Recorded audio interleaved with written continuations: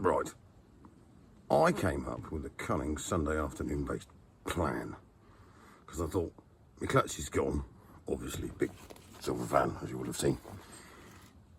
And the problem with having, obviously, every conceivable tool known to mankind is that they're in your big man shed 15 miles away.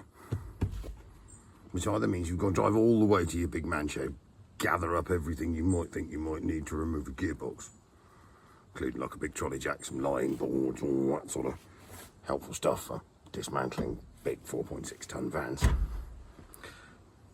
which you don't really want to do on a Sunday. Anyway, so I got bored and then I thought, I'll just go and see if it's miraculously fixed itself. Nah, it hasn't. And then I thought, hang on a minute, it came with a rubbish socket set. Rubbish socket set. I mean, rubbish. And then I thought, oh, I wonder if a capable man with a rubbish socket set and a bit of a look round the house, because I don't keep any tools at home, might be able to gather enough gear up, shit gear, obviously, to take me gearbox out on a Sunday afternoon. So I had a route round and I found this top quality piece of toolage floating around in the garage. Lovely. Underneath the stairs, I do keep a Parkside Diddy tiny socket set. Not much good for doing big bolts, but still handy. Don't have any rechargeable lead lights, but I do have this whopper that someone bought me for Christmas the other year that I've never used. So, in theory, I've got a 2-bit Alford's trolley jack, one of the ones that jacks up about this high, in the back of the car, because those whiny scissors things they give you with cars are crap. And then I thought, oh bugger, what am I going to lie on? Obviously, because it's been pissing down all night. And let me just unclip my top quality phone mount, because also my camera stuff's all to work to. So what I've actually got is a £4 Tesco's camera mount I bought earlier on. Because it's all a bit damp and nasty down there. And I thought, hang on a minute, I wonder what's in the back of this pile of shit van I bought. Look at that. So I've got some baggage. Hang on, let's turn it round a minute. Right, as you can see, we have an array of top quality tootage in here. So what I was thinking, what is it? I think that's a bit of kitchen. Yep, that's a bit of kitchen. That looks sort of quite useful. You could use that for a bit of jack rollage, can you? Got some ton bags. That gives me something to lie on. What do you think of these? Wood.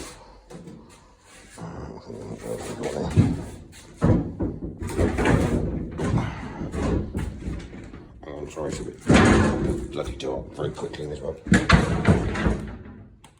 a fork.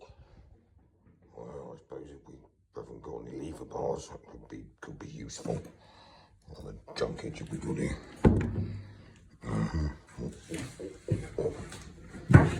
The round was bad. Quite know what to. Oh, hang on. That looks useful. Sorry, it's a bit dark in here. Get down.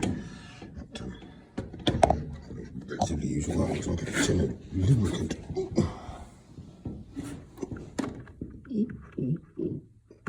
Just pack that down.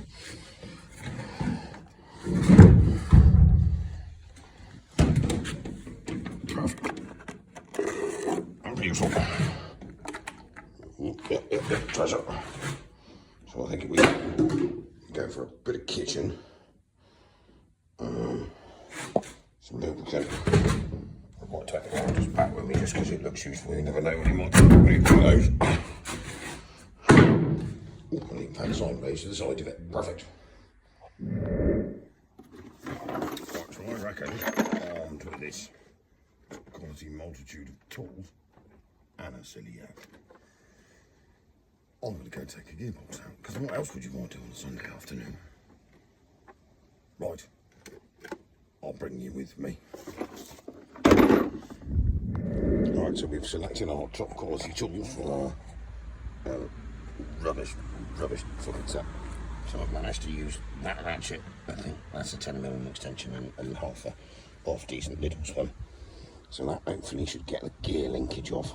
And then we're going to have a bit of an issue because these are Mercedes torque bolts on here, but I'm sure a capable man can use a 10 or 11mm square-sided, 6-sided socket and an extension to get it off.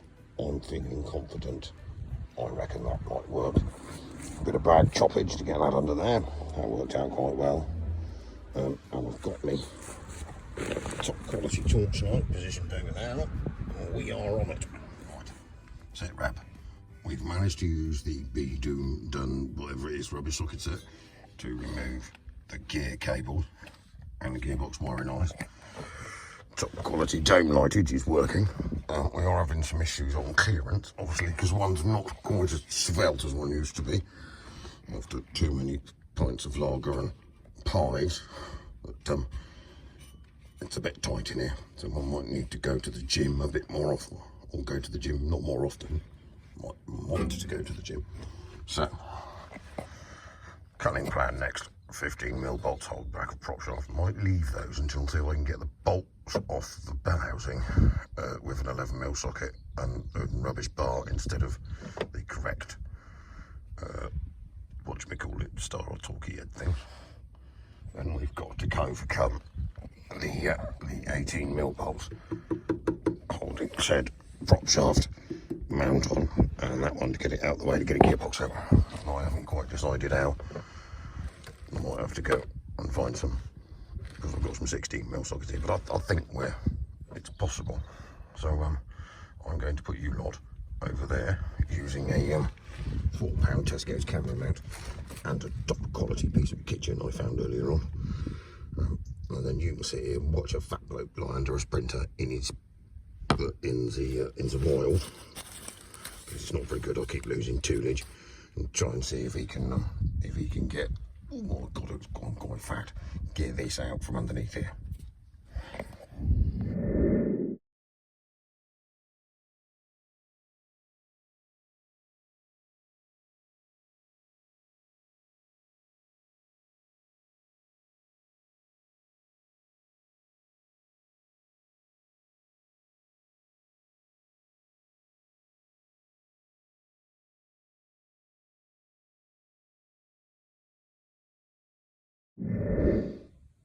Right, well, this seems to be working reasonably respectably. So please excuse the slightly dodgy camera work. It was a bit tight in here.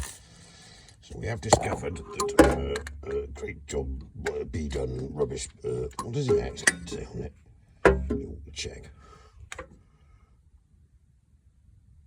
Bidors, whatever it is Bidor rubbish ratchet. With a top quality 11mm socket actually fits on the box. It's a bit exciting. But so I've got all the rest of them out. I've got that one, and that one I'm going to do next. Luckily enough, I have got one extension, and luckily enough, this vehicle, I was moaning about it yesterday, coming with half a first aid kit. Seeing as I bust 3 fingers wide open already, it's probably quite a good idea. It came with some rubbish, nasty plasters, so the other hand's leaking like a good one, but we are getting there. Right, well, I've managed to get the bell housing bolt out, but I have run up against a bit of a problem. I obviously need an 18mm ring spanner to undo the gearbox mount, and I haven't got one.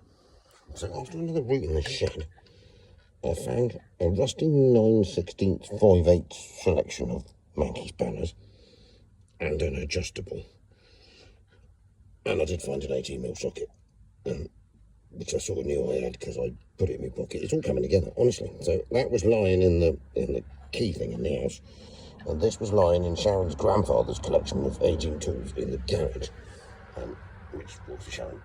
That was too long to explain, but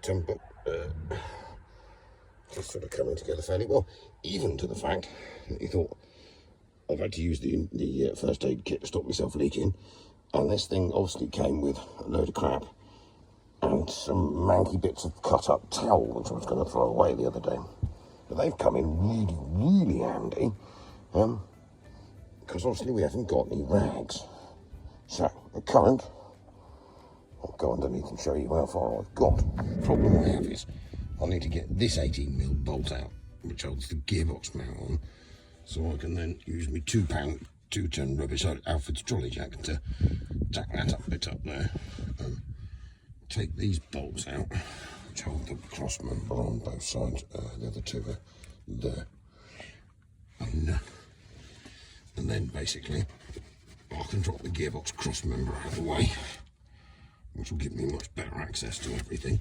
So what I have successfully managed to do, just let me move my top quality torch, I've managed to get rid of, as you'll be able to see, all the gearbox bolts are out, using the done socket set.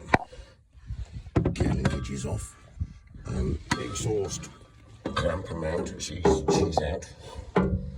So then what we're going to do next is take these 4 out. It's a bit tight under here. These 2 big 18mm out either side there, and then drop this centre prop shaft mount finally to allow the prop shaft to swing out of the way. I keep finding bits of rusty stuff I don't like, but I'm talking about that. Those two, which might be a bit challenging with said doolage, so that I can then make this big bit here, obviously, which is a gearbox, fall out. Cutting pan, right. I'm going to get cracking on and see if I can get a three-quarter inch spanner to undo a 18mm bolt. Sounds like a plan to me. That's not working like that. Ooh, don't turn it.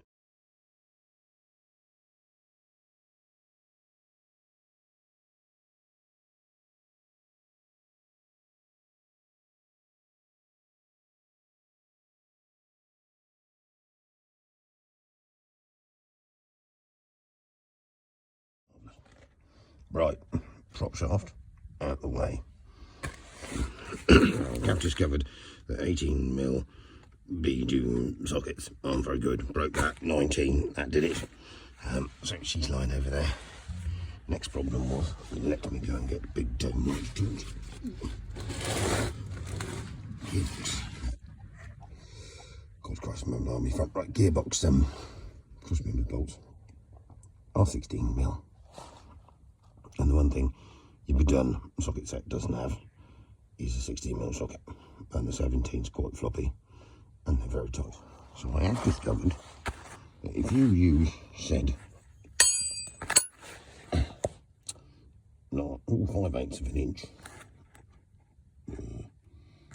offset ring spanner,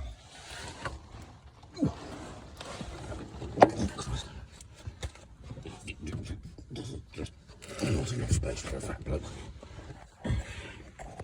She fits an absolute beauty.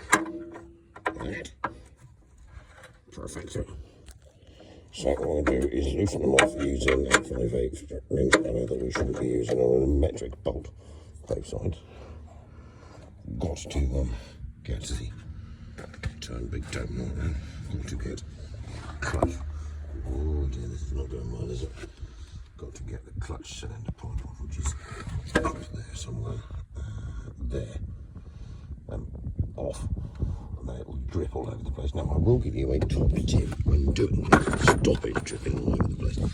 Now, on a Sprinter, there is a gearbox bung for bleeding the concentric slave cylinder. Where is it? It's there. Look at that.